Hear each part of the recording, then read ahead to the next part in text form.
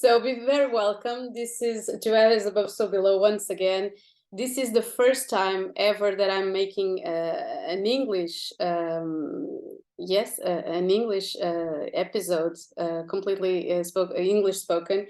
So I confess I'm a little bit nervous. It's not the only reason. The main reason it's because I'm inviting someone that has been like, I don't know, like kind of really amazing inspiration for me, mainly because I discovered our guests during the pandemics, and it was quite a trip reading to his words and his work, and because he was one of the mainly inspirations for me to start this podcast. So with no further ado, thank you so much for accepting my invitation, Ken. This is Ken Hollings. He's an author. I have read so many things like saying that you are a writer and broadcaster and theorist, but I think you are wildly different. You are completely wired differently, I guess, because this is a really small book, but it's quite dense. And I was always stopping and researching. And you are a teacher. I think you are a kind of a human oracle as well, and you are a teacher. I cannot, I cannot describe it, better than this. So thank you so much for accepting my invitation. It's quite an honor. So thank you. So that's it. Thank you for that wonderful introduction, and thank you also for being so gracious as to conduct this interview in English. It is an absolute pleasure to join you here for this conversation. The book that you mentioned, of course, is The Space Oracle. Space Oracle, of course, yes. From about, I don't know, 3 or 4 years ago. So yeah, it was 2018, yes. Yeah. And it's interesting that you mentioned the size, because the original intention was to try and write something that was quite small but dealt with a really, really huge subject. Like a pocket version, so people can take it everywhere, and exactly. It's a kind of field guide to the cosmos. Exactly. In a small, handy, pocket-sized edition. And it's amazing. I think it's, well, I cannot describe it, because I'm always, I'm completely, I'm always coming back to this book, no matter what. I've even based some of the episodes, like, Kepler's mom, and it's so amazing the connections that you make between arts, mainly cinema, because I'm connected to that world, photography and cinema, and astrology and astronomy and science, and pop culture. It's quite amazing the connections that you make, among all those things. So with no further ado, let's start our interview. It's more like I don't know, this is kind of more like a challenge, because you spent a little bit time, I assume, chewing on those questions. And so we're going to ask some questions, like they are connected to astrology and astronomy, and of course cinema. And in the end, we're going to talk a little bit more about your new work, Purgatory. So let's start it. Okay. So the first question that I decided to make is, what is your relationship with the divinatory arts? Because I only have your background, like as a writer and a broadcaster, and I imagine so many things that you've been,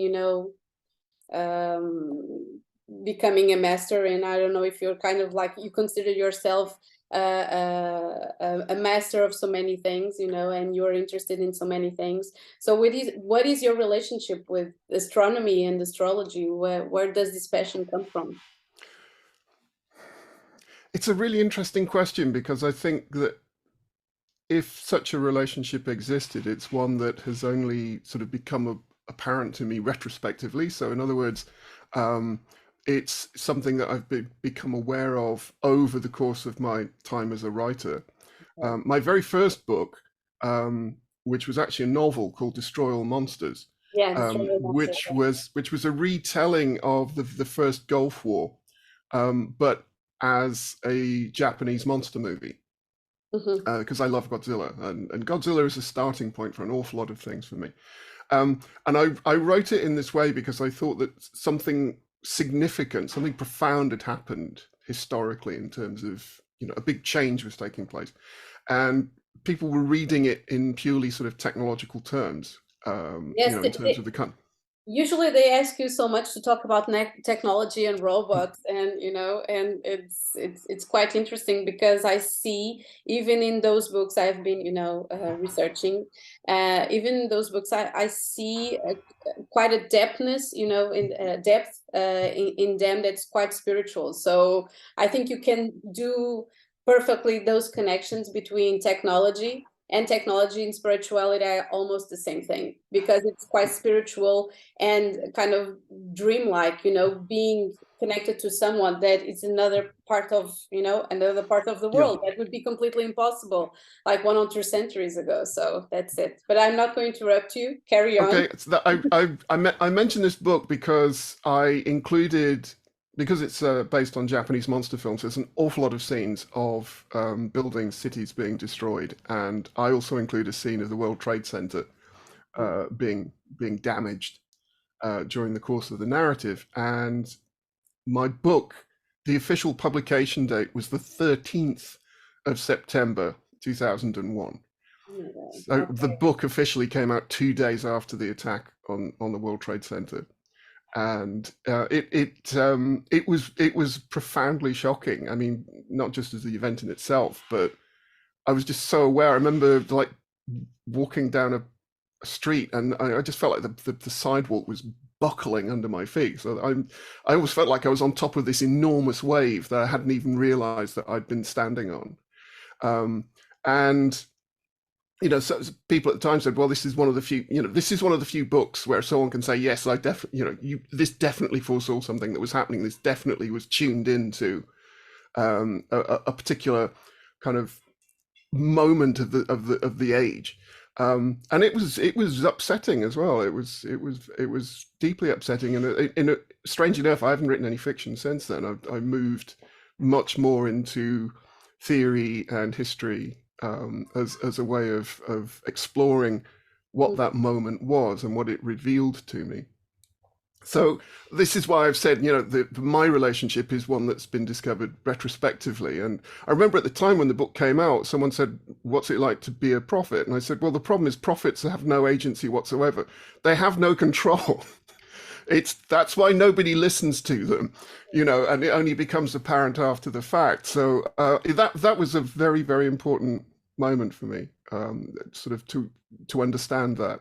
And I think this is one of the reasons why I've gone deeper and deeper into the relationship between technology and culture, and also how quite often, in order to understand that relationship, we have to move much more into the spiritual and into, shall we say, the sort of non-discursive elements of this debate. As to astronomy itself, we'll get to astrology in a minute, although I have a feeling you're going to be able to tell me more than I know. I always had very, very poor eyesight as a child. I mean, I've always had poor eyesight, and it took a while for anyone to realize that. And so for me, astronomy is something that's the only way I can look at the world, is through glass. And as a child, like the night sky was like nothing. It was just a blur. And I grew up in an industrial city as well, so there's a lot of light pollution as well. Okay. And that's why in the Space Oracle, there's that small personal moment where I describe trying to look at the surface of the moon through a cheap pair of plastic binoculars from Woolworths, and being very disappointed that I couldn't see that kind of Chesley Bonestall type landscape of mountains and peaks and seas. Very, very disappointing. So in a way, I've had to use my imagination more in order to sort of tune into our kind of astronomical understanding of the cosmos. Okay. A question about what you were saying about writing fiction. Are you afraid that, if you put again your heads in your imagination to write fiction, they're going to manifest something that you're imagining? Is that the thing that you're afraid to dive into? I don't know, because Purgatory is quite something. I'll tell you. I was like, okay, this is because it's not, when you look, into the past, and if you bring some elements, you know, and make some connections with what we are living today, are you afraid that, you know, writing fiction, that you're being confronted again with, you know, the kind of experience that you had with the 9/11? Yes, I think also it might be even more disturbing if nothing happened as a result of writing It's the like, fiction. oh, And though, so it really was just, I'm you know, quite a disappointed. random throw of the dice that happened, you know, 20 years ago. Exactly. Okay. So I have to quote you, make this from the Space Oracle, and you say, I just love, I love so many things that you say in this book, but this one is quite amazing. So you say, time is fragmented and extended. Matter becomes light in motion. The camera remains fixed, looking outwards into the darkness, while the earth moves beneath our feet. So my question for you is, really astrology another form of cinema, and why? Mm. I mean, that particular passage, as I recall it, it's written within the context of how the world is perceived at the speed of light. So Okay. the actual motion, the velocity of light is an important way of understanding how time becomes fragmented and extended, and how matter becomes light in motion when we're looking at something that, you know, is millions of light years away. Mhm. This is what we're seeing. Um, I think it's interesting that, I mean, I referred to the camera and you're asking about it in terms of cinema. I think we have to clarify that the camera is a mechanism. You know, it's a way of combining lenses and motors and the amazing chemical reactions that take place on film. So it's almost like a little alchemic laboratory, Mhm. the camera, and what it's able to do. Cinema is a medium. In other words, it's something that I think influences and shapes our perceptions and our behavior in a way that a pure mechanism can't, Mhm. which is why I think cinema can be applicable to other disciplines quite easily.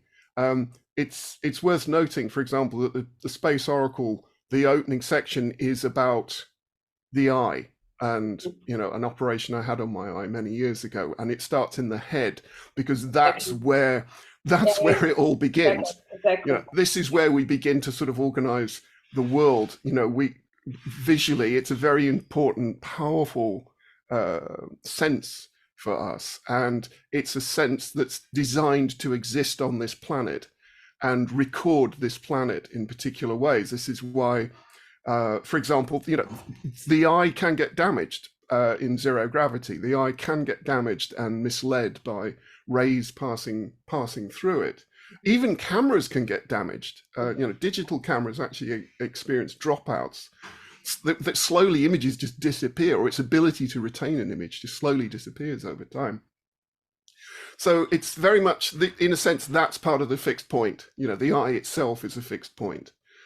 It's designed for this particular kind of electromagnetic spectrum. And there's nothing wrong with that. I'm not saying that that's a limiting thing at all. Okay. I'm just saying that is, when we look at images, these beautiful photographs taken from space, and we marvel at the universe, it's like, no, that's actually a completely composite image. That is not what it looks like. We can't see what it looks like. It's outside our range to see what it looks like with these eyes. These eyes. And which I think is what makes the history of astronomy so amazing. That, you know, from the earliest days of what they called oculo nudo observation, so you're just using the bare eye, and, you know, you're using sort of straight edges and curves and incredible amounts of patience to follow a dot of light across the sky and begin to create patterns and frequencies and rhythms out of it. And I think this is where astrology begins to present itself as a way of understanding those movements. For me, a very important aspect of the development of the Space Oracle was my decision not to use the standard names of the figures in the zodiac. And Exactly. Yeah, it, yes, everything. yeah, I did it, and I wasn't trying to be deliberately obscure. All I wanted to You're do was quite to clear because you give other kind of information, about the body parts, and also known as, yeah. some of that is made up. I have to say. I mean, But I some followed of a. the but the parts of the body is not made up. The data is not made No, up, and no, none of that. because All of it it. starts in the head, Hmm. and it's springtime. It's connected to Aries sun sign, so you have many connections. I can, you can. You need fiction to write a book, even if Yeah. you're writing about history. Hmm. If it doesn't make sense, but it made sense to me. So here we are. Okay. Okay. Well, yeah, indeed.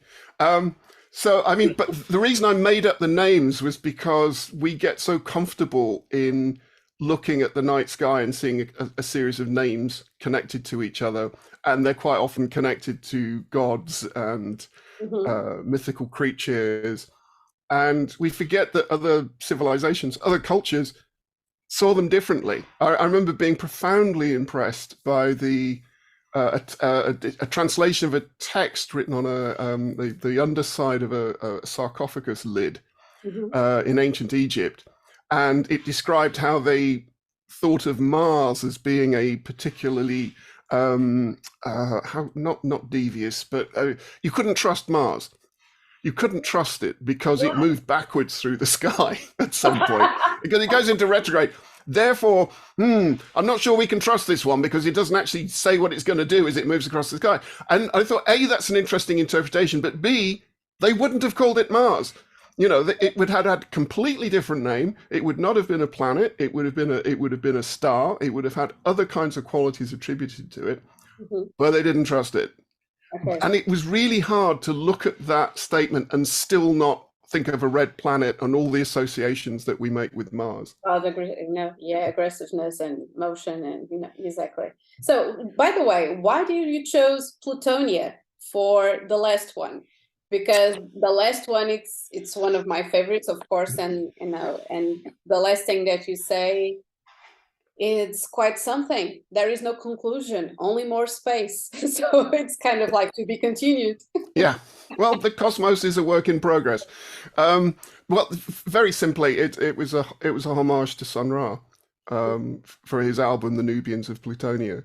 I find Sun Ra a very inspirational figure, the way in which he created his own cosmology.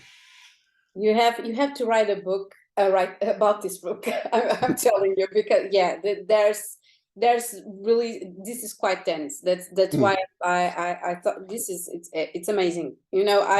I think almost every connection, quotation quotes, and person that you refer in this book, it's a labyrinth. It's going down the rabbit hole, literally. So Well, what was, I wrote a sorry, whole book called The Bright Labyrinth. So, I know. I still have my one of the people, the designer of the notebook that I sent you of as a mhm. Basoglio this year. She's right now she's reading it. So I have it's the next one I'm going to, because I'm still in the purgatory, but I have to settle in the purgatory. It's quite tense as well.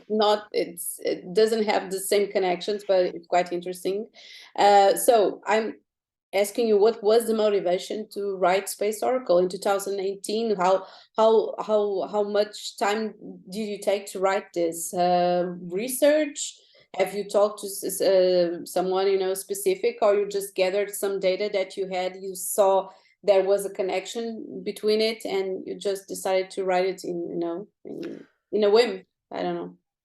Well, originally I was asked to collaborate on a project with the artist Alexandra Meir. She wanted to do something on the history of astronomy, and so we spent some time together doing research and talking and meeting with various experts. And it was a very important, very illuminating, inspirational period. But we discovered that the way we were approaching the subject was starting to diverge. So we sort of decided to go our separate ways, and I my response was to create the Space Oracle. Um, Okay. and I based it originally on a favorite book of Rachel, my wife's. When she was a little girl, she had a copy of this book called The Lady's Oracle, which was a kind of Victorian small handbook, supposedly written by Cornelius Agrippa, but we'll put that to one side at the moment. Okay, okay. And it was like a handbook for sort of young women to Know how to figure make out who they were going to marry, and okay. what would be a good romance. So it's a weird little mixture of astrology and little superstitions and word games and puzzles and things like this. And I just thought, actually, we don't really have enough books where you can interact with them like that. We don't have enough books where you don't actually have to read them from end to end if you don't want to.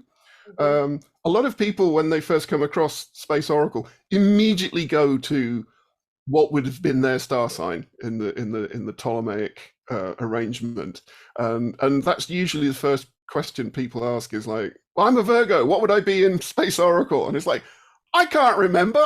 You'd I have to cannot look." remember this, I'm an And I oracle. think I just dropped the information. yeah, I can't help it. I just pass it on. And I think it's also interesting that even the biggest skeptic about astrology probably still knows what their star sign is. Of course, of Of course. course. You know, And I it's also cultural. It's you cannot help it. By the way, what's your sun sign, Ken? What's your sun sign? oh, I'm Cancer. You're Cancer. Yeah. Okay, but perhaps you have so many things in there because the articulation, that you make, and the amount of information you must have something on the third house, Gemini, something like that, because it's quite intense, the amount of data, and you're quite articulate. This is quite, I don't know how to explain it. I never saw anyone writing the way that you do, so kudos for that. that's Thank you so it's much. amazing. It's real. That's why I was saying that you are wired differently, because my boyfriend was watching me reading this throughout the beginning of the pandemics, and he was like, "You're still reading that book. This is quite like a deja vu process." He said, "You're still reading that book. It has been like 3 months." And you're still reading that book, and you usually read like several books at the same time. It's no, I can tell you this is quite intense. So I have like 3 notebooks for your book. So I was exploring so many things, and so thank you for that, because this is I would consider this like a final work or something like that, but it's not. So I hope you write more things connected to this and history, and that's it. So this is the There was compliment. one other reason why I wrote the Space Oracle the way I did and when I did was I was actually I'd finished The Bright Labyrinth, which was like it was a long process. It was a large book, and it was derived from a lecture series that I'd been giving at Central St Martin's in London, and which I later went on to do at the Royal College of Art. Um, while I was finishing the book and while it was going into production, I was diagnosed with cancer, and they caught it early enough. I had surgery, I had chemotherapy, and it kind of it stopped me from working on the project I wanted to go on to, which was the Trash Project, which was this 3-part study of why we like bad things. I don't know whether the expression translates well into other languages, but you quite often hear people say of a movie or a TV program, "It's so bad, it's good." Yeah, kind of And guilty pleasure without being in it. Is it? yeah, except I take great exception to the notion of guilty pleasure. It kind of implies all kinds of sort of Oh, kind of, bourgeois mechanisms at work to stop us from enjoying things. No, I love really bad films. I always have. There's a poetry to them that I can't find anywhere else. Anyway, I started the project, but then I got ill, and I was in hospital for a while, and I was out for 6 months undergoing chemotherapy, none of which I would have missed for anything. It was an amazing year, and I learned so much from that experience. Really, I'm very, very grateful for the whole thing, the people around me, everything. But I couldn't go back to the Trash Project. It had got stalled, and so I put it to one side, and I needed something fresh and different.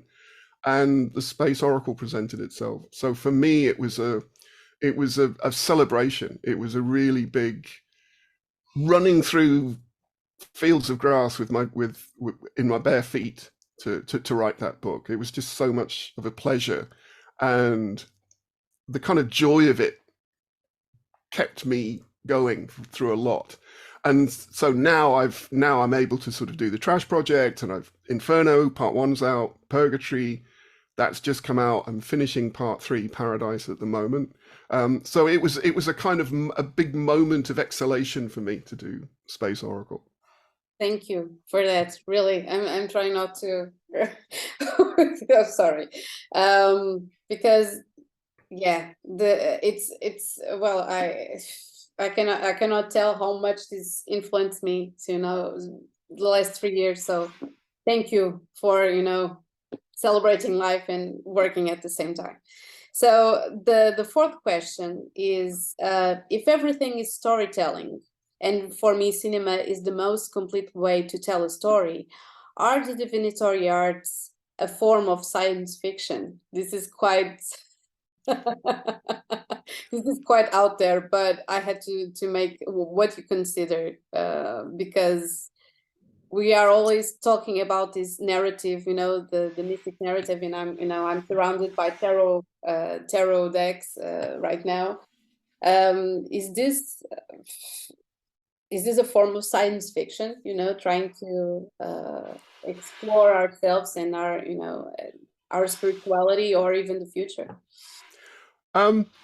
Short answer, yes.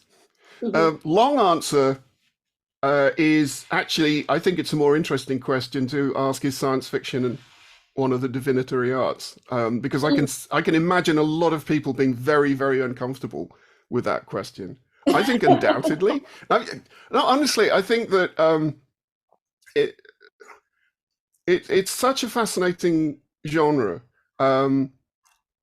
I think that in a weird kind of way, it was initially, if we look at its history, when it actually starts to define itself as a genre, it appears very much as a kind of way of accommodating technological change. So if we go back to Verne and Wells, they're creating narratives which in a sense are yielding ground to science and technology and saying, okay, what are the implications of these things? It's almost like it's the equivalent of Art Nouveau or Jugendstil, where you're using new materials, but you're using also quite old-fashioned forms and shapes and narratives in order to do it. And clearly, I think by the 1950s, that relationship has changed considerably, and you've got figures like Forrest Ackerman in LA, who coins the phrase sci-fi, which already annoys a lot of people. Why do you say that? Why does? Well, because it implies that it's because the term is derived from hi-fi, from high fidelity. Like he literally took hi-fi is a good word. Why don't we say sci-fi? Great. And I think that, the serious people go, no, it's science fiction, or they get very tight-lipped and go, no, it's SF. And it's like, relax, will you? This is still an evolving genre. You don't need, these kind of very rigid definitions, I think, get very, very tiresome and restrictive. Yeah, I mean, the question reminded me of some of the early experiments that the American writer William Burroughs was making in the 1960s with the cut-up method developed by Brian Gysin. And I thought that, first of all, it was interesting at the time Burroughs was saying the only interesting literature is science fiction. He was also experimenting with this way of cutting up texts to create strange new juxtapositions and images. But he also made the connection that, there's this famous line where he says, you cut into the present and the future leaks through. And I was always really intrigued by that idea, if only because for a while we had a writer who kind of approached literature as if it was a kind of engineering or a kind of experimental technology that could produce effects. He also cautioned, of course, that the one thing you're not going to get from cut-ups is, I think he put it, you're not going to get choirs of angels singing stock market tips to you. That's not how it works. You know that. I know that. But I think quite often some people look at a technique or a method and assume that it's going to guarantee particular results, Exactly, results. whereas Exactly. it's only a tool. It's only a device. You still have to bring your own sensibilities and thinking and discipline to it. Yeah, very So much. yeah, I think Uncle Bill would have said, yeah, writing's definitely, science fiction is definitely part of the divinatory arts. Yeah, it was Aquarius. Yeah, could have been. Yeah, it could have been engineer as well. It was connected to so many different things. Even his experience with argon and and energy and all those things. It was quite. I was not going to say ahead of his time because he had he lived so many years. I don't know. He died with what, 90 something, He was in his late 80s, I think. late 80s. He Yeah. didn't get to 90 years old. Let me think. 91, 92. Could have done, yeah. I think so. It could, yeah. So the next question is, in your words, if astronomy is an expression of the unreal, is astrology a supernatural system of thoughts? Undoubtedly. I the only reason I hesitate is because I find words like supernatural, they make me a little Not supernatural, because people are they're always expecting that the supernatural is going to manifest as a form of science fiction, or special effects on cinema. We're going to see a ghost, or going to see something out of normal, out of the norm, when everything manifests itself, in a normal way. We are not connected or not oriented to that kind of particular languages. That we awaken ourselves to little things and specific things. Absolutely. I mean, this was the hesitation. Also, it creates false oppositions and false dialectics, which once we start to use them, it tends to put us on one side or the other of a particular issue, rather than taking the more interesting, open-minded, skeptical approach and saying, well, what actual intellectual, spiritual, formal tools do we need? Exactly. Rather than sort of, it's allowing us to sort of let the phenomenon teach us how to respond to it, rather than going in immediately. Going in with the same. Yeah, I mean, there's nothing wrong with that. I think, for example, astronomy is an expression of the unreal. It undoubtedly is. As I said, it's creating a picture of the cosmos to suit our eyes and ears and our senses, so that we can see a relationship with it. But sometimes we forget that relationship's there, and so it becomes a kind of sort of life-affirming narrative that stops us from going absolutely insane with sort of terror and awe. It filters reality for us in a very, very useful way. And I think that astrology also does that. I don't think that it's, a freak of history that Ptolemy's observations were referred to for thousands of years. I mean, Kepler was still using Ptolemy's observations in order to sort of prove that we were actually orbiting around the sun. So, Ptolemy's observations were good. What he was doing was good. He was seeing it all from Earth and in relation to the Earth. But the observations he was making was accurate. And I think this is one of the reasons, again, why I find, natural, supernatural, normal, paranormal, the unhelpful distinctions, because they all feed into a kind of narrative of progress, which always has us at the top of the scale, looking down, literally down. Yes, exactly. On those that have come before us, and saying, oh, well, these simple people. Back in the day, they didn't have this and that. Yeah, or they in their simple way, they saw the Earth as the center of the universe. Well, yeah, the problem is it worked. I mean, I think that's really how you have to judge any kind of belief system or value system. Does it work? Does it stop people starving to death because they figured out a way of developing a slash and burn form of architecture? God, getting to me. Connected. Yeah. I'm sure it is. Or, when the Nile, when a river delta is going to flood or not, it works. It holds the It works. society together. It allows it to function. And even So today, we don't have the clarity to see completely. There are so many theories about how the pyramids were built, and we're we're trying to acknowledge what kind of technology it was back in the day.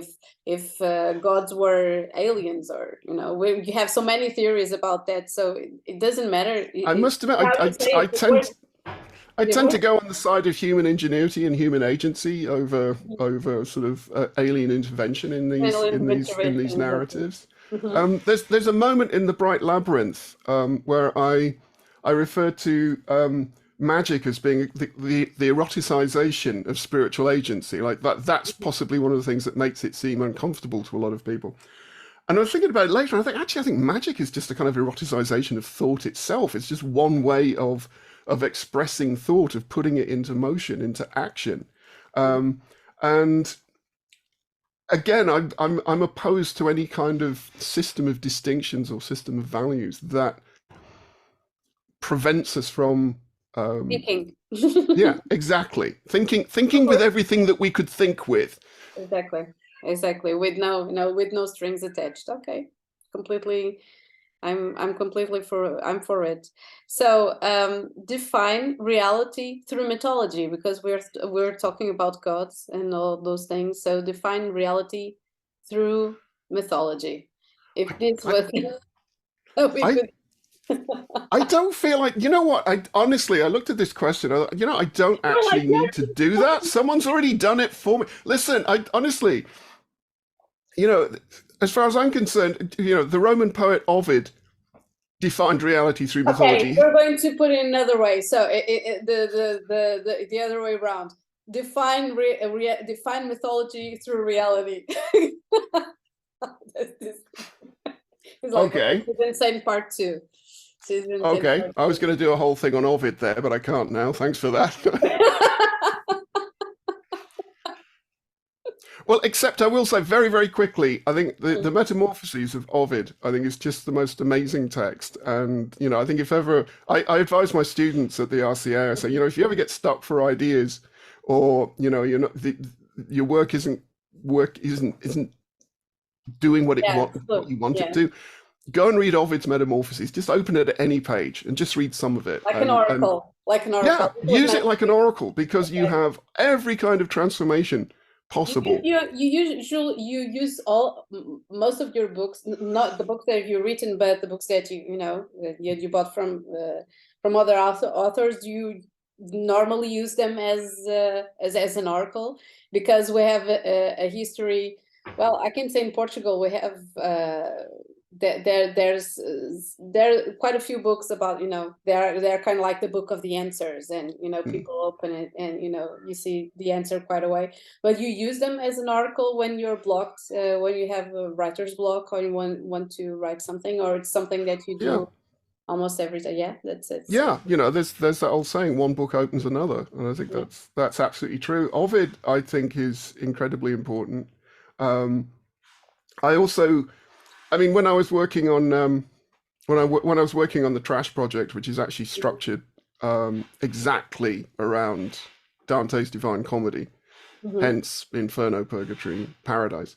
Um, One of the things that really occurred to me, the more I read Dante's work and got deeper and deeper into it, the more I realized that its structure was really important to me. It was actually starting to tell me things and starting to help me generate text. But one of the thoughts that occurred to me is I do not understand why Dante wanted Virgil to lead him through Inferno and through most of Purgatory, because he quotes and cites Ovid far more often, like all the mythological elements in the Divine Comedy, which of course is also structured around Ptolemaic principles. It's a geocentric text in every possible sense of the word. Why he chose Virgil over Ovid? What Um, do you think? I have the only reason I We have an answer for that. It's kind of yeah. like a rhetorical question. So tell me. I think the main reason why he doesn't cite Ovid is because, like Dante, Ovid was an exile, and I think that that was possibly too painful for him to cite the work of another another poet who was sent away in disgrace from the city they loved. The only difference is that Ovid was actually, his exile was terminated in about 4 years ago, I think 2017. The Italian government have pardoned Ovid, and he's no Really? longer in exile. I didn't know that. I didn't know that. Yeah, which is one up on Dante. They still, Okay. My cat is meow meow. I don't oh, know. okay. It's craving attention. I'm so sorry. I don't know if you were listening to him, but carry on. Sorry. Can't hear it. I think probably the same Yeah. with the Because same with the power wrenches and the scaffolding outside. Completely oblivious to it. to cats. Yeah, absolutely. I kind of feel like I haven't answered your question, even the reverse version of it, except that I see the two as being very, very intimately connected with each other.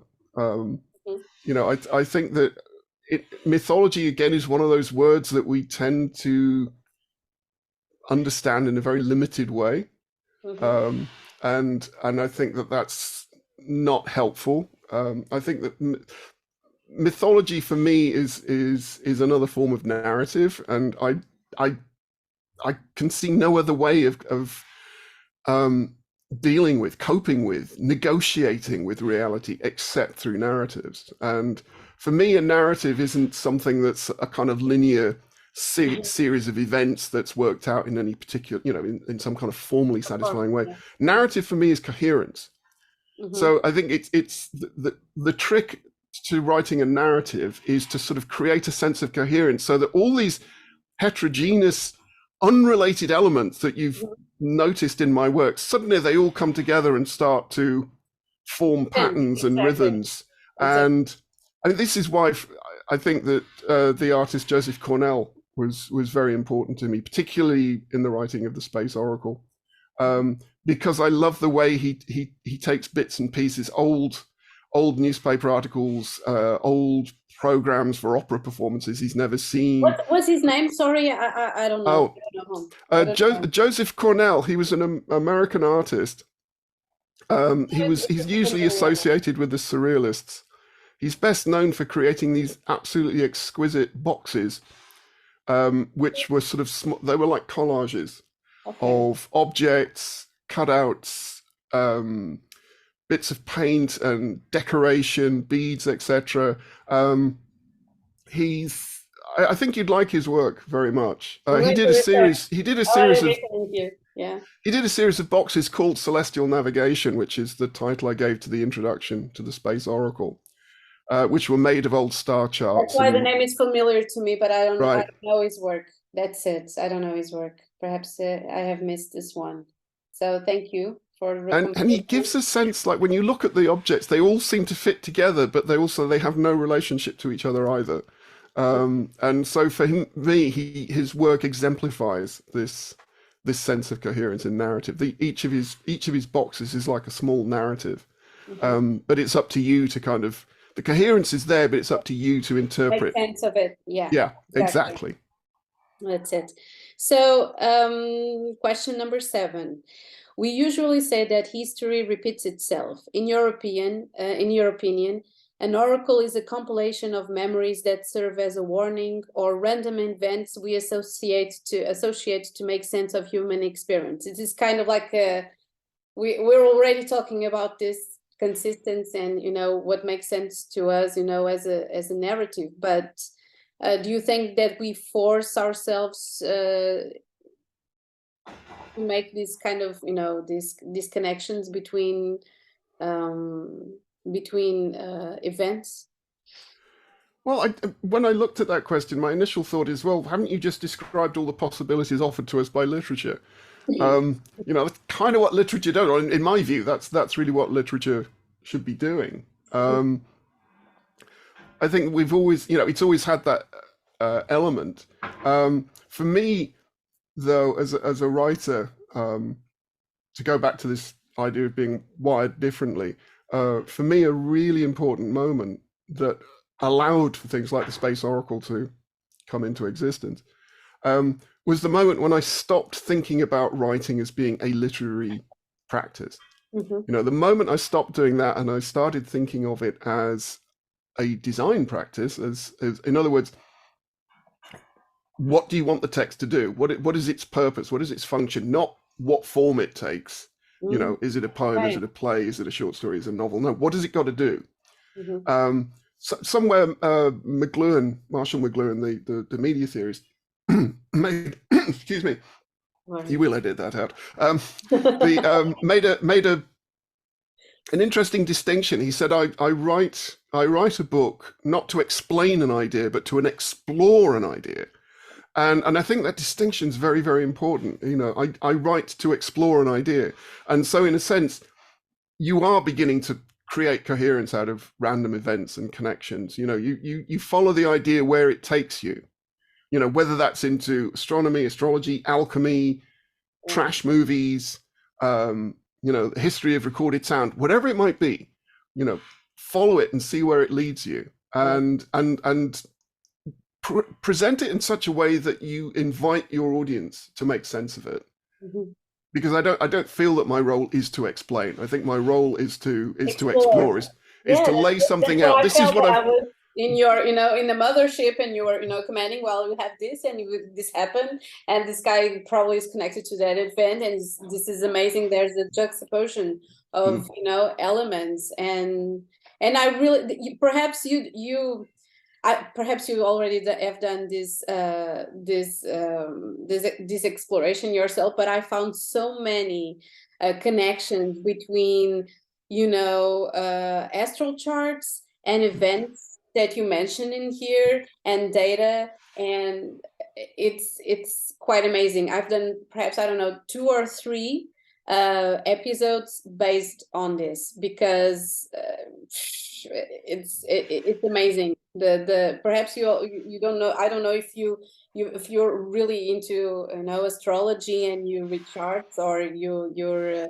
connected with that kind of information, but almost every element in here you completely nailed it. It's quite, I don't know, the word is not creepy, but it's amazing. That's what an oracle should be doing. So that's it.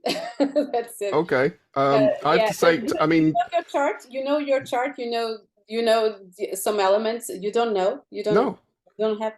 It's amazing. It's kind of like intuitive stuff that you are dealing with. You're just exploring, but you have so many connections in here.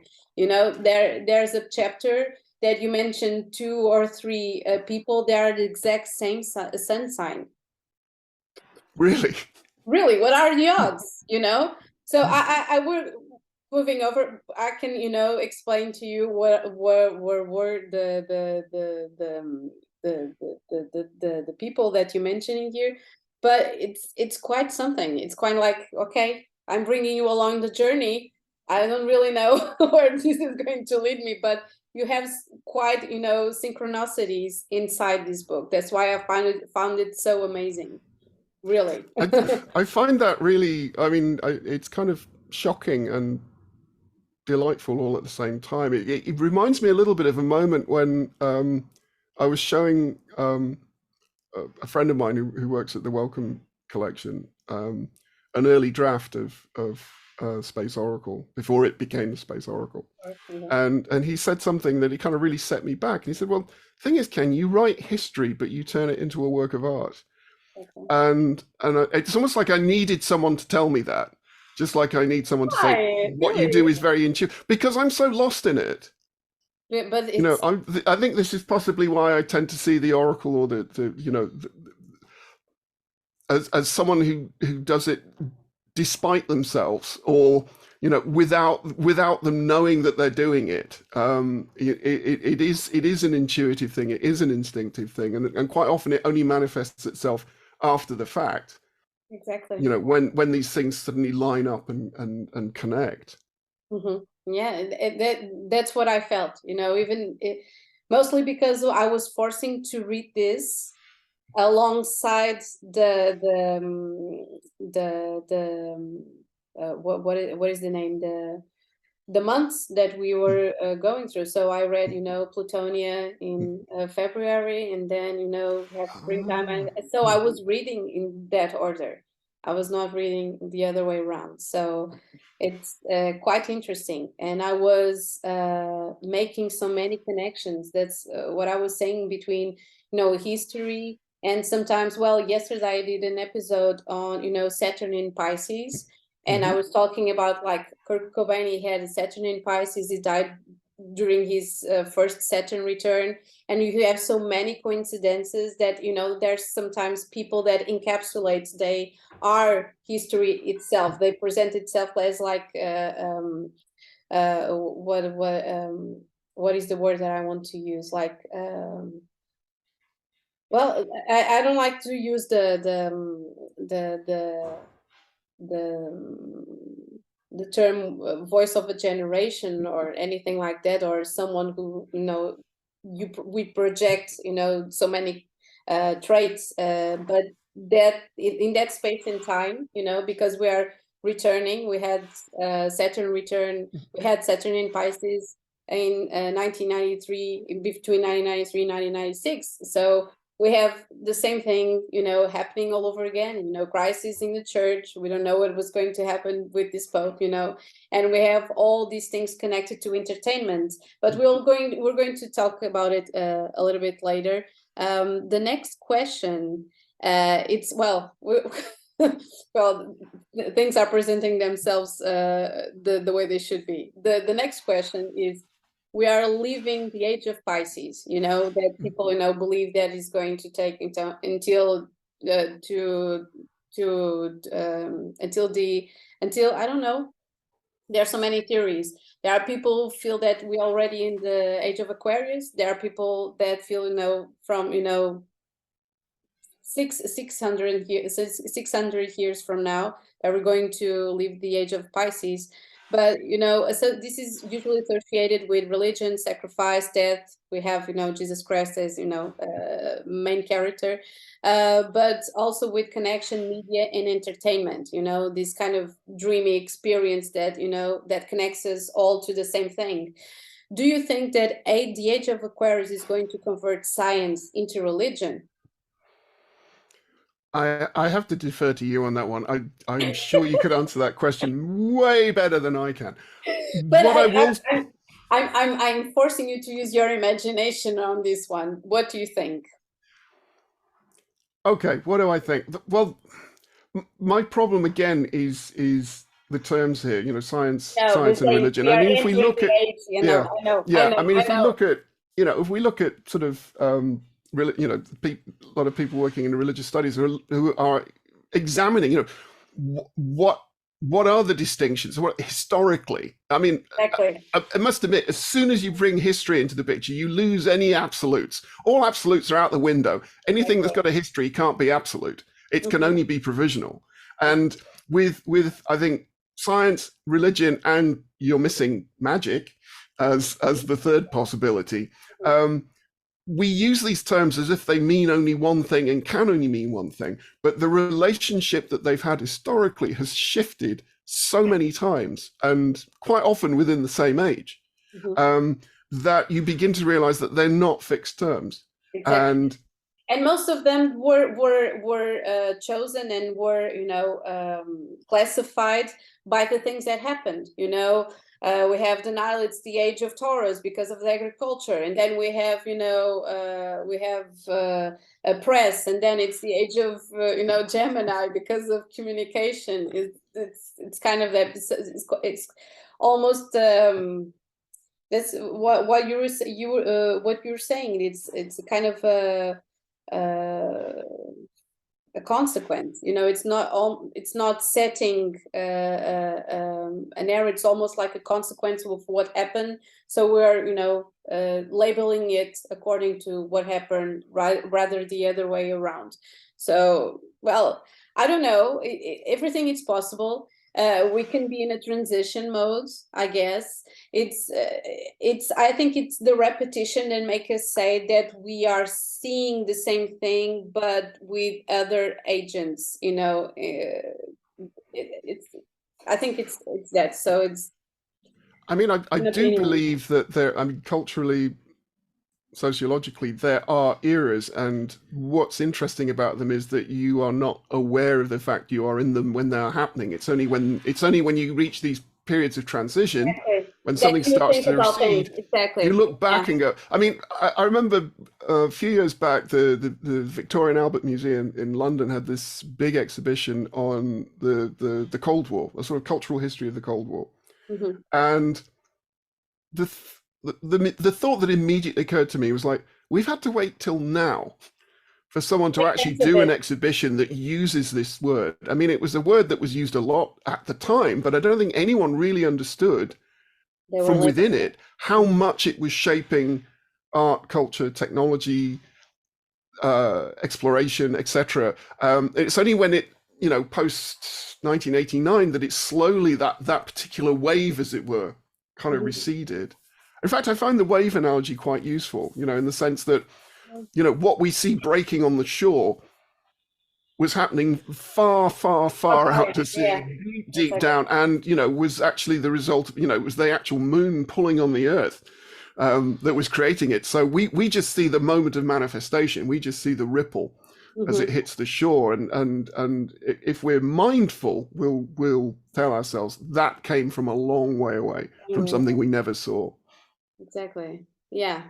So you don't have an answer for this. You don't want to get into it. I thought I gave a pretty good answer to that. No, you're right. Honestly, I don't have the expertise. I'm really sorry. I don't. Really? Okay. Okay. So we're Yeah. going to pass But on that's this the only one. way I learn something, is when I say I don't know. I don't know exactly. That's why. Yeah. That's yeah. That's it. That's it. So we're talking. No, we're going to question number 9, and you were saying, and I don't believe you, that you don't know. Uh, you don't know Michel Gauquelin's work good enough, so you that you can answer to this question. Um, I think this question is more about, it's a reference if we can or not use astrology or any symbolic system to find absolute truth. That's what I was asking you. And because Michel Gauquelin, you already know, this could, more. I think more people should write a book about him. You probably would be an amazing person to write about Michel Gauquelin, because well, the first thing, he died when I was born. I was making connections with this guy. He was quite obsessive on his work. He was a Scorpio sun sign, and I think that, his divorce and all the things that were happening to him. I saw many connections. Don't worry, we'll still have 10 minutes to go. So many things that were happening to him. He decided to destroy all his life's work and take his life. So I don't know what do you think that, this kind of, obsessive behavior, that we are always trying to find an absolute truth, when all that we know, or all that can reason, is that we are always searching for something, but we cannot find an absolute truth, or we can find like a truth for our lives, or make sense of our lives. um so that was it. What do you know of Michel? Would you like to write about him? You don't know anything. You don't know. Leave him with me. Okay. I will Okay. go on. I will go on. But I think, in terms of, in terms of So fascinating his work. the commitment of a life towards the discovery of some absolute truth, yeah, it's going to cost in one way Yeah. or another. It's going to cost, if only because, as Nietzsche points out, all knowledge is based on error. By Mm-hmm. which he means, our assumptions are at some point going to be wrong, and it's our ability to either admit that, or to say I don't know, that allows us to sort of reposition ourselves, which is one of the reasons why I advocate keeping an open mind, or as open as possible, under the circumstances. I thought it was interesting that you mentioned Ariadne's thread, because, of course, in Nietzsche's Madness, he was writing notes to Cosima Wagner and addressing her as Ariadne. Oh my God. Yeah, I think somewhere he actually says that the labyrinthine man is searching for his Ariadne, Yeah. not the Minotaur Yeah. at all. At all. At all. Yeah, Okay. so I'm fully prepared to embrace error. I think that's possibly why I think humor is very important in Important, these self-humor, inquiries. exactly. Um, Um, if only because it will possibly stop you from tearing everything up and destroy everything, yeah, exactly. yeah. I Like think it to was be like a failure, divorce.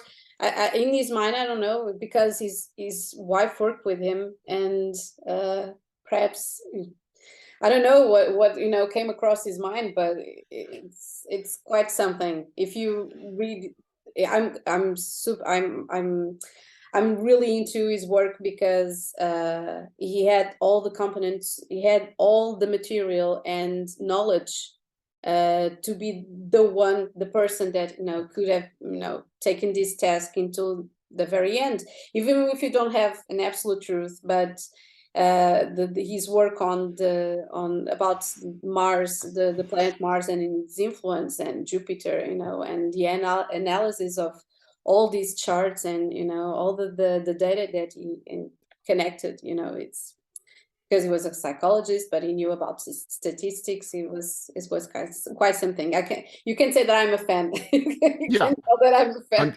I'm getting that. I'm getting that. Getting it. It was because in Portugal, I don't know what the connection, because we are still deeply a country that is still deeply involved with taboo and Catholic religion, and the elders, people that are older, they're still connected, with religion, and all these things, divinatory arts are completely seen as something that's connected with witchcraft or something worse. And they're not taken seriously, and even the things that you see in the media are quite awful. So for me, and even psychology is seen as my degree is in psychology and educational psychology, and it's seen as something that's kind of like a coffee break conversation. It's not, okay, you have to go to a psychologist. Do you have any, issue, and it's not seen as something useful. And the same goes for, the divinatory arts. So question number 10, a challenge. Choose a present event and connect it to a movie, a past cultural phenomena, similar historical phase, and baptize it with a sun sign or constellation of your choice. I don't know. Yeah, well, yeah, that's easy. You can see, for people that are listening, they probably figure out, that you're going to pull that off, out of your head quite easily. I think so. I think Well, yeah, well, there's I have two. faith in you, Ken. Oh dear, never meet your heroes.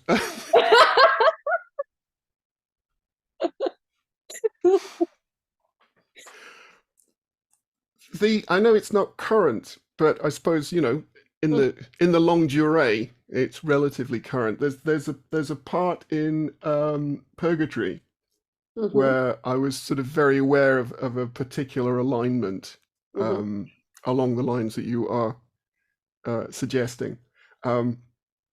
And it's towards the end of the book, and a large part of Purgatory is set in Paris, or narratives that run through Paris. And one of the narratives that particularly interested me was that of the Swedish playwright August Strindberg, mhm, who in about 1896, around about that time, decided that he wasn't going to write plays or novels or fiction anymore. He was going to go to Paris and he was going to devote himself to alchemy. And so for the next 2 years, he is sort of living in, cheap rooms and pensions all over Paris,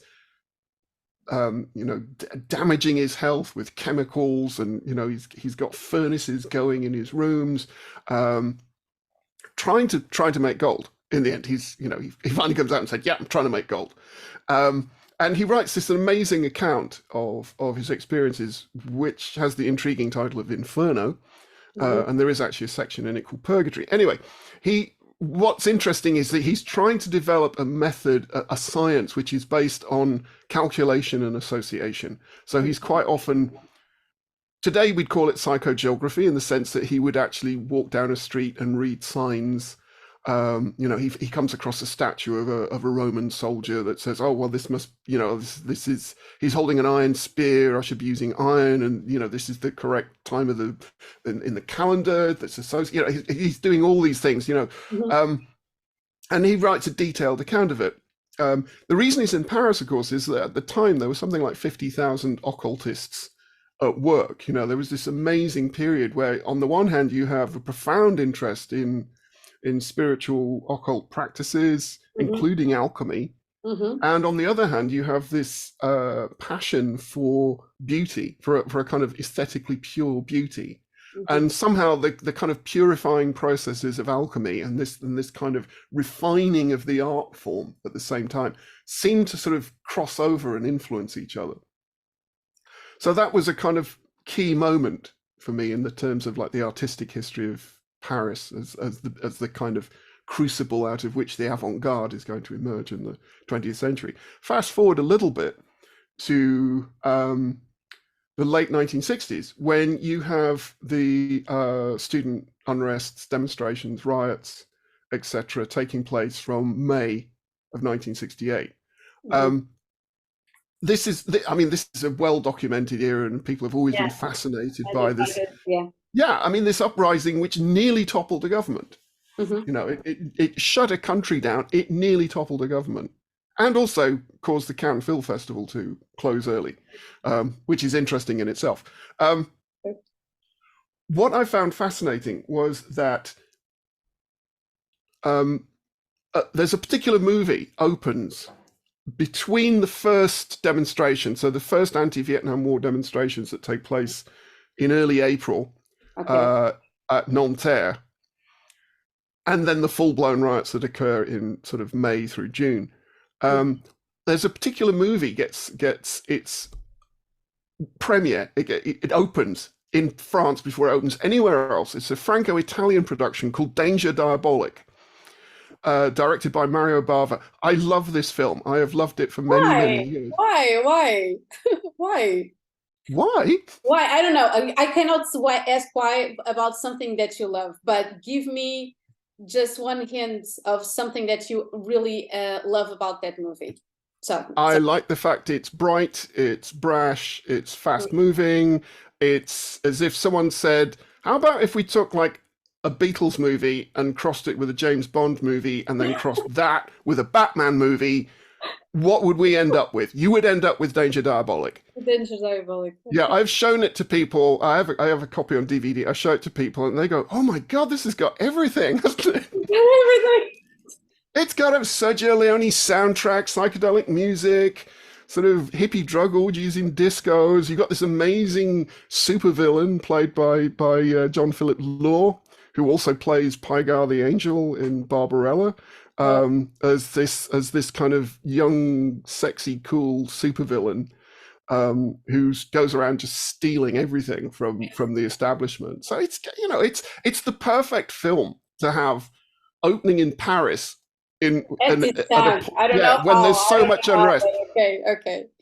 And so to me, I kind of make lots of connections between what was happening in Paris at the time and what happens in the movie, and the way in which, by the end of the movie, Diabolik is like blowing up banks and government buildings and tax offices.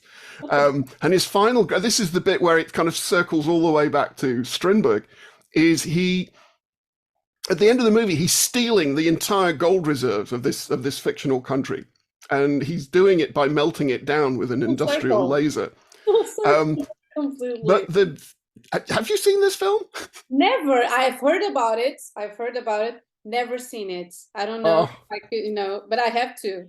If you're anyway, telling me, he's I melting the have gold down, but it all goes horribly wrong. The gold overheats, and he gets completely covered in molten gold. He's wearing a thermal suit, this kind of bright silver thermal suit, and he's kind of frozen in the molten gold at the end of the movie, and he looks like a kind of Art Nouveau statue with all this kind of hardened liquid gold sort of sprayed around him.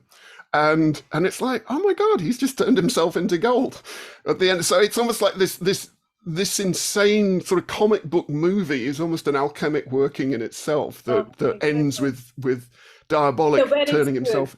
It's one Yeah. of the, it's so bad it's good. Okay. Okay. But I have to Oh, see it. I've heard about it. I never saw it. I never seen it. Never seen it. But it's um it's it's I- it's it's a thing of beauty. It's a thing of beauty. I remember the first time I saw it was many years ago, on late night TV. I was around at a friend's place. Mhm. I was nearly going to do some name dropping, but I'm not going to because there's a whole other story.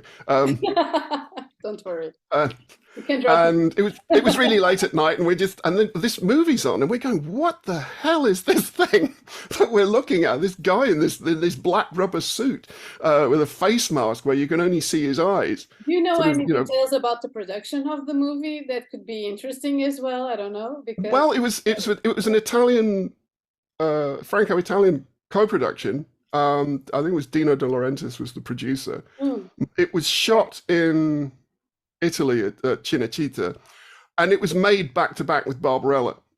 They quite often have the same. I mean, for example, like John Philip Law's in both movies, and I think some of the writers are involved in both movies. okay. I mean, Mario Bava is just this amazing low budget movie maker who did all kinds of genres. He's best known for his horror movies, like Black Lace, Black Sabbath, another of his, Mask of Okay. Satan. Okay. And so he's very good at taking a really tiny budget and making it look way more than it is. That it is. Okay. Yeah, Well, but that's it's kind it's of it's it's like a alchemy. weird little. It is like a sort of. I mentioned Joseph Cornell earlier. It's almost like a little Joseph Cornell box of a movie because it's just got so much of the '60s in it. I mean, one of the villains is the guy who's the villain in Thunderball. There's a very famous British comedy actor called Terry Thomas who plays the Prime Minister of this fictional country. Michel Piccoli is the police chief who's trying to hunt down Diabolik. He's just made Le Mépris with Brigitte Bardot and Jean-Luc Godard. It's got E-Type Jaguars in it. It's got psychedelic music. It's got everything. Really, it's got everything. So for you, it's kind of like a full circle. This kind of ironic. Yeah, it's amazing. Where do you know where was the premiere of the movie? Perhaps there's sometimes I've got the date, but I don't know what the date's in the book, but I can't remember the cinema.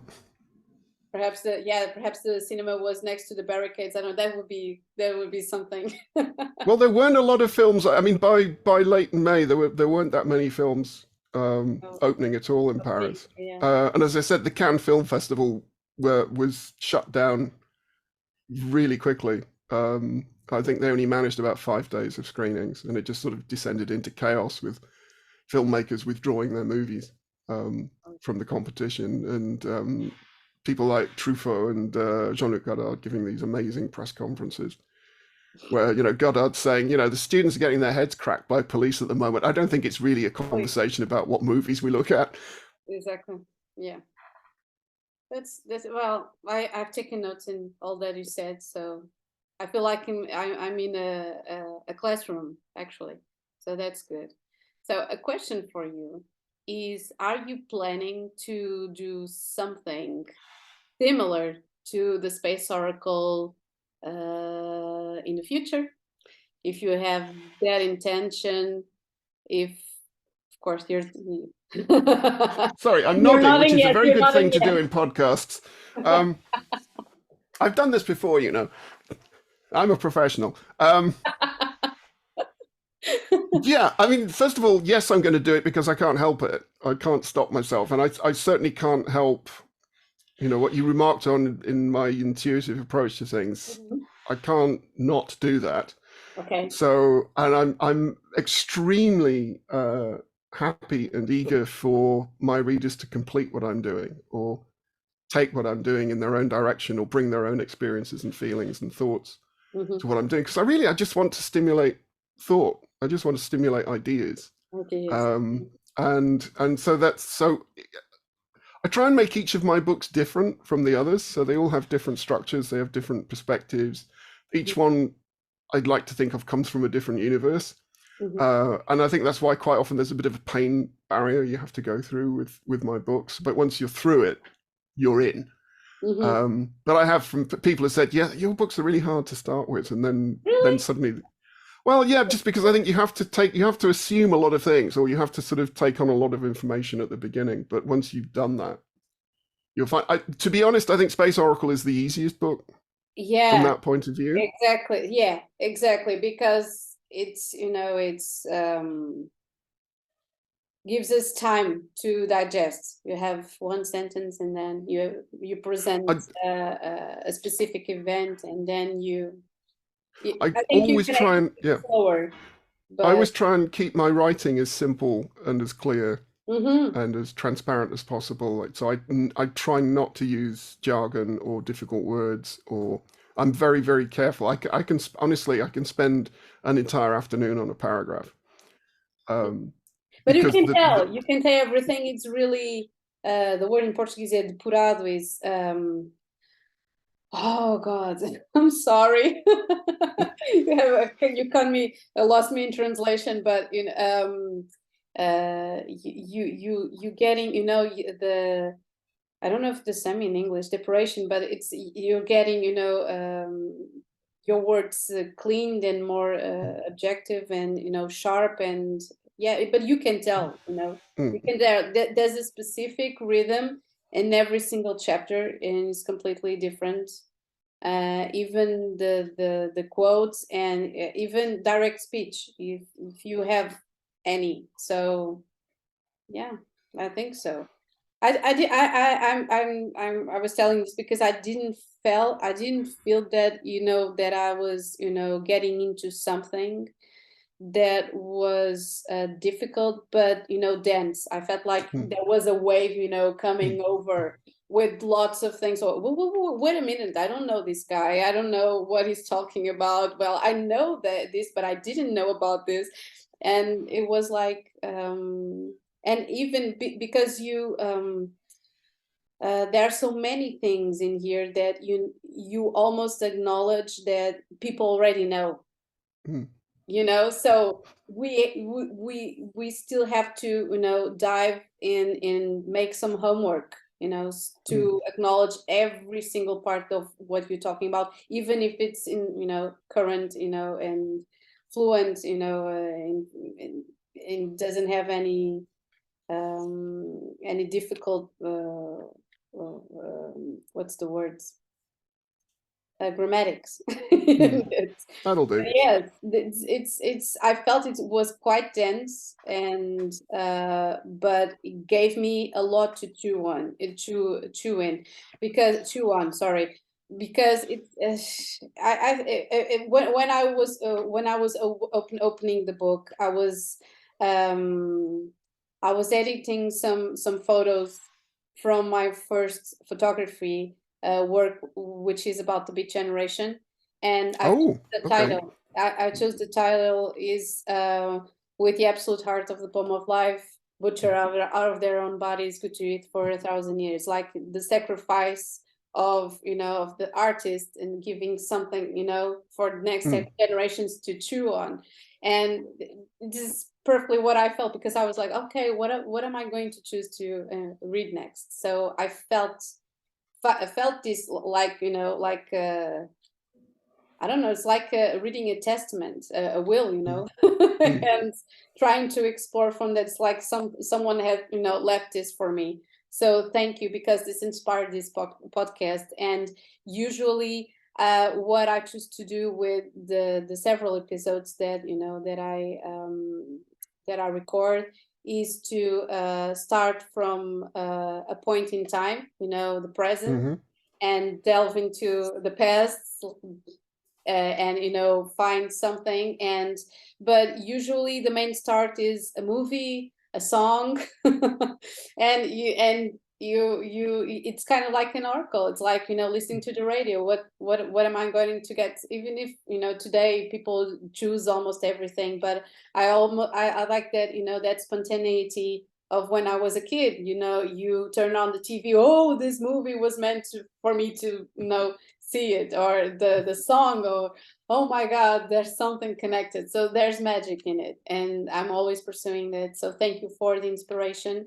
And that's it. So now I would like for you, to say how all this, because you're talking about the beginning of all this. When did you start to feel drawn into this kind of subjects? And I would like for you to talk as well about purgatory. And Okay, I will see if we can get to purgatory by the end. But purgatory, sorry, I was saying wrong. Purgatory, sorry. Purgatory. Yeah, that's the second volume of my trash project. It's also the second part of Dante's Divine Comedy. It's actually the heart. Actually, let's talk about purgatory first, and then I'll tell you about my childhood. To me, it's actually the most difficult part of the whole work, whether it's Dante's or mine, because you are actually describing a transition period. So Dante's left hell. My Inferno was about 1960s underground and trash and sexploitation films. Part two is set in Europe. It's very much about notions of aesthetic value and how these have altered. But at the heart of it is the notion of this notion of alchemic change, of alchemic purification. I noticed that the way in which Dante had structured purgatory, it's an ascent up a mountain, Mount Purgatory, at the top of which is Eden, the earthly paradise, which becomes the kind of launching pad for him to go off into paradise, accompanied by Beatrice. The mountain actually is staged across the seven major, the seven deadly sins, where they are being sort of, as it were, purged of the sin. These are the sinners who have a chance. Exactly. The thing about Inferno is there is no hope. That's it. You're done. Sorry, I just hit my mic. I was so moved by the thought. You're done. It's finished. Abandon all hope, ye who enter here. Purgatory, there is a chance through repentance, through learning, through spiritual discipline. There is a chance that you could reach heaven. And you have the seven deadly sins, and then in paradise you have the seven main configurations of stars and planets that Ptolemy passed on to us. But then, of course, I realized that each of these planets or stars has a corresponding metal in alchemic language. Denkbild. I can't think what the word is, and these kind of wonderfully cryptic drawings from the 11th, 12th century. So I kind of aligned the sins with the metals, with the planets, and also with the seven major steps of the alchemic process.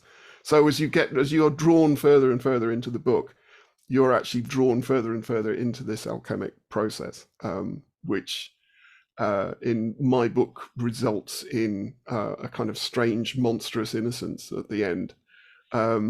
Whereas for Dante, it's the moment when he's purified enough that he can say goodbye to Virgil, because Virgil's pagan, he's not allowed anywhere near the earthly paradise, and he can say hello to Beatrice, who's going to rocket him up to the Hyperion, which is what I'm finishing at the moment. And what was the most difficult to write for you? I think Purgatory is the most difficult because it's in between. It's not. It's in between, and you really need to. It's always a really difficult. It's always a very exposed time, because transition is always destructive and creative at the same time. And also the most exciting and challenging, and the possibilities for revelation I think are stronger.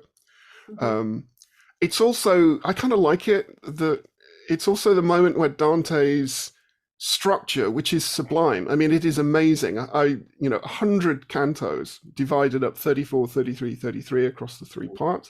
It's beautiful. very first canto is actually for the whole thing. He has a wobble in the middle. He can't help it. Because he's worked out. It's a bit like, the Pythagorean chord. You can't actually divide the chord up properly and get harmony. You can't actually get to the middle of Purgatory, because the middle's a bit blurred, because he doesn't really have a central canto. Plus, he's stuck with sloth. Because of the sort of cardinal order of the sins, he's got sloth. I mean, I admire the fact that he's sort of humbled himself before the structure. That's actually, sometimes it's a really good, useful thing to do, is to sort of like give yourself up to the generative process and surrender and say, this doesn't feel right to me, but I'm going to go with it because maybe I can get something better out of it. So I kind of felt a lot of sympathy from at this point. I was like, you haven't there's no middle. You don't have a middle, man. You know it. Yeah. I know it. Translators say that, this particular canto seems strangely longer than the other ones, and it's because he can't actually make the transition that he wants to right at the heart of the book. So anyway, I don't know. It was a humbling moment for everyone, but especially for Dante. So I'm finishing Paradise at the moment, and I don't know whether it'll be out. It'll be a long while yet. I'm just finishing the glossary and the introduction at the moment. How I got to this, I thought about this a lot when you asked the question. How I got to this, I have to say, comic books, American comic books. For me, when I was a kid, I spent a lot of time on my own. I'm not a particularly sociable creature. As I said, my eyesight was terrible, and no one knew that for ages. So for me, television was just a blur, like everything else in the world. Comic books, especially American ones, they were clear, they were bright. The colors were strong, the inking was powerful, and it brought me into a world of strange creatures and strange beings and mystical arts. I loved Doctor Strange, the original Steve Ditko Doctor Strange. Loved it. Loved the Silver Surfer, Jack Kirby. Loved Doctor Doom. I know he's a villain, but someone who combined black magic with science. And you have it. It's a shame it burnt his face off, but Nobody's perfect. Nobody's perfect. Yeah, exactly. Give him some love, embrace him. So this kind of, to me, that was the beginning of an interest in the occult, in the paranormal, in the strange, in the supramundane, and that led me into pop art. And that was a really big influence on me. So it's very easy to go from comic books to Roy Lichtenstein and Andy Warhol and Claes Oldenburg and Rosenquist and all these people. They in turn led me to poets like Frank O'Hara, Allen Ginsberg, Lawrence Ferlinghetti, later William Burroughs, who had a huge influence. And I'm talking about, I discovered Burroughs when I was about 13 or 14. I just found one of his books in a spinner rack. I was actually looking for comic books in a corner shop somewhere outside Manchester, and I just saw this thing called The Soft Machine, and I liked the title, and I looked at it very quickly. I thought the writing was insane. Your introduction. So I bought it and I took it home, and it just corrupted me for life. That book. So that was the thing that connected me to you, because I was searching and I found your book through these quotes of William Burroughs. Oh, right. So that was the one. I don't know. I think it was a suggestion by the book depository, and so that was it. But carry on. You're saying. Okay. All of the American poets in turn introduced me to Mallarmé, Rimbaud, Baudelaire. Baudelaire got me nearer and nearer to notions of correspondence and spiritualism. And the point is, this is all like sort of early adolescence. So I just had this mad mess of things swirling around in my head. I was moving more and more towards Buddhism, and I found that literature fascinating. But at the same time, I was just getting more and more confused. I like what direction I wanted to go in. Is it possible? Is it possible to write and save yourself at the same time, or don't we need sin in order to create art? Isn't art a kind of crime every time it's committed? And am I ready for that? And it was at this point, and you're not going to see this coming, it's at this point when I'm very confused and I don't know what I'm going to do. An aunt of mine, Aunt Edna, who had been living in Japan for many years, suddenly comes back to England. I didn't know it, but she basically came back to die. But she comes back from Japan, where she's been teaching English and studying Buddhism. She's a clairvoyant. She's a white witch. She's connected to a whole network of sort of psychic healers and spiritualists all over the world. She was part of the Esperanto Society, so she would correspond with lots of people in Esperanto. I only really knew her as a series of exotic Christmas cards that would arrive every year, just these really beautiful Japanese designed Christmas cards. And then suddenly here she is, and she stayed with my family for a while she was looking for somewhere to live. How old was she when she came Oh back? gosh, she must have been, I think she was in her 60s. She wasn't well. I mean, she was diabetic, and there was a particularly bad heat wave that summer, and it put her into hospital, and she didn't make it. Didn't make it. Okay. She had the funeral in my hometown. I mean, she was kind of nowhere really. She was kind of rootless, peripatetic at that point. But the people that turned up for her funeral was amazing. Zen Buddhists, spiritualists, Christian scientists. It's like a revelation at the end. Yeah, it was like, whoa. And it was just one of the best funerals I've ever been to, because it was like, no, we're celebrating with Sister Edna. She's on she's on the next part of her journey, and let's send her, it was beautiful. But she helped me a lot. She would sit and talk to me, and because I didn't really have anyone I could talk to about this kind of stuff, I think I've had to grow into who I am, and I think it was very hard when you're about 15 or 16 to sort of make any kind of connections. Who are you going to talk to about this? I once lent someone at school my copy of a William Burroughs novel, and I asked about like a week later, like, how'd you get on with the book? He said, "Oh, I threw it away. It's disgusting." I go, "What? That was my book." Yeah, no, I threw it away. It was terrible. I don't want that in my house. So and that was a friend. So to have this woman, huh? No, you never asked. Why do you mean by that? It's disgusting. What do you think about it? Yeah. Yes. We're coming up again, so I'm going to finish it anyway. To be able to talk to my Aunt Edna about these things, and to hear someone talk about them in a calm, non-dramatic, matter-of-fact way, it calmed me down, and it helped me to sort of right myself. And finally, there was someone who's going, "No, this isn't weird. This isn't strange. There's no reason why you shouldn't do this. There are other possibilities." And it didn't cure me overnight, or it didn't balance me out. Cure is the wrong word. It didn't balance me out overnight, but it started a process, very early on. And for that, I'm extremely grateful to her. She probably didn't know that it was going to have that impact. Yeah, exactly. Yeah. Amazing. But she was great. She was really, really great.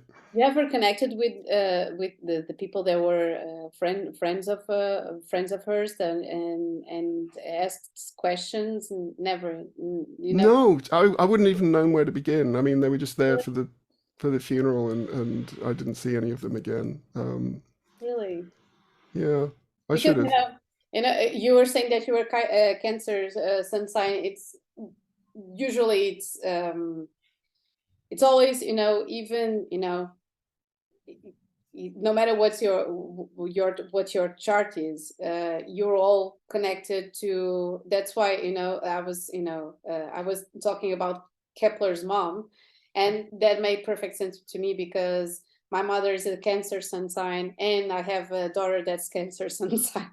So you were talking about this is always connected to a certain specific